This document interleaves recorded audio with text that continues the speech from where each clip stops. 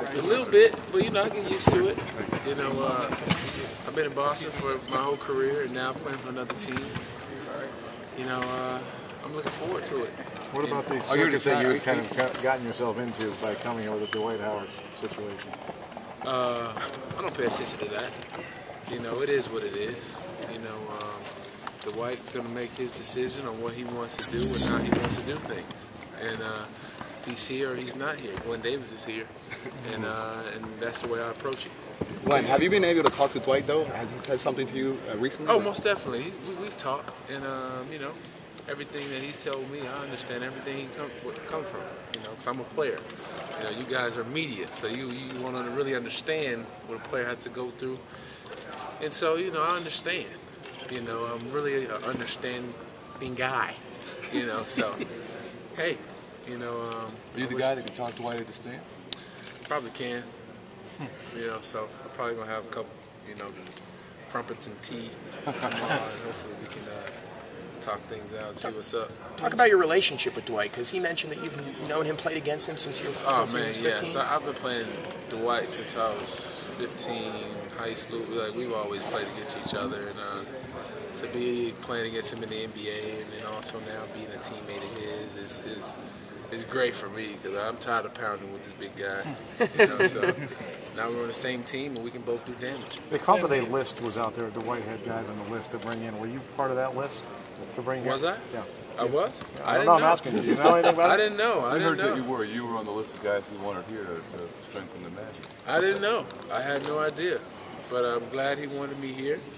You know, it feels good to be a part of an organization that feels like they need. You know, I've been playing with the Boston Celtics for a long time, you know, and yeah,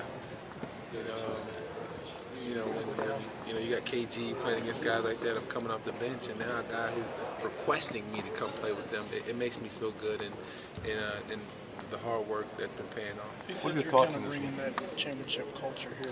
You've told him about how guys work together in Boston. You want to have that same thing. Yeah, most definitely.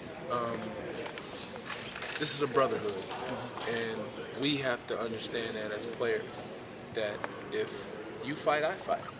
If you fall, I fall.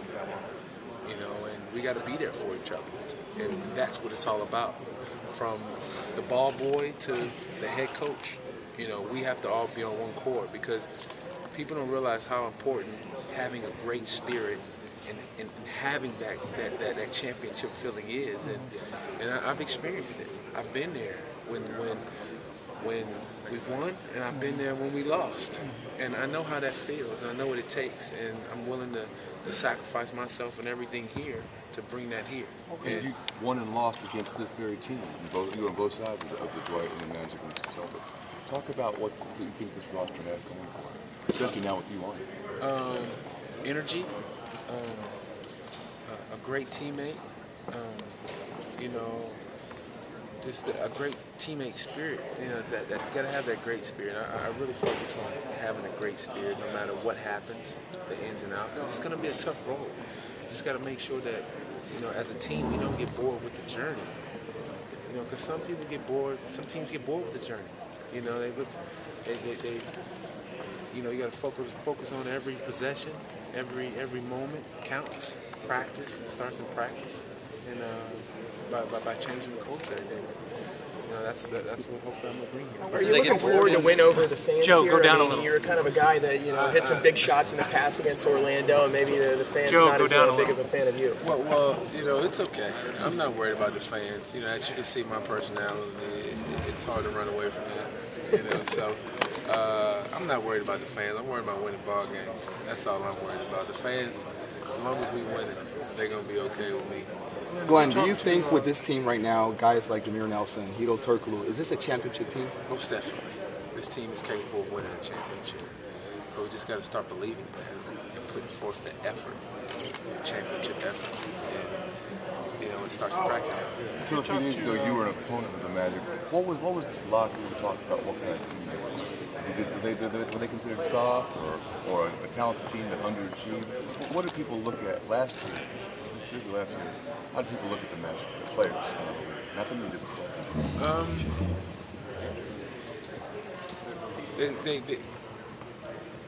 at a point we feared the Magic because we didn't know what they were capable of.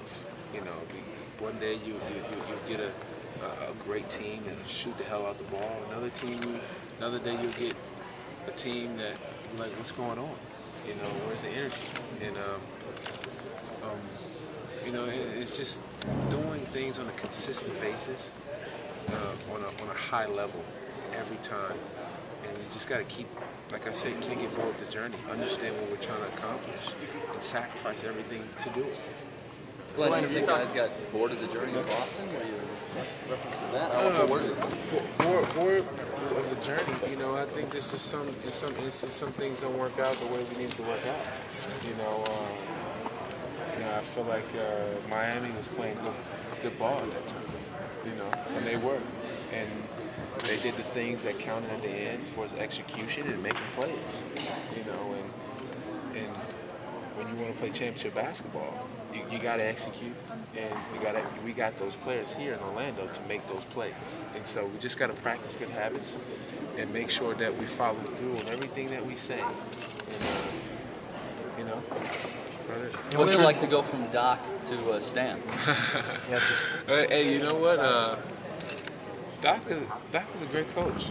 You know, he does a lot of great things, and Stan's a great coach. You know, he knows the game very, very well. And you know, it's two different guys. You know, so I really got a chance to be in the fire with Stan. So ask me that question too much. Did you get to talk to Brandon Bass, and how strange is that to get traded for one of your childhood buddies? Yeah, it was kind of strange. You know, but that's the business of basketball. You grew up with him. We all know the business of basketball, and you know he knows, and there's no hard feelings between me and him. We're always going to be friends, no matter what. You know, our bond is way bigger than basketball. So, you know, unfortunately, you know, we got traded for each other.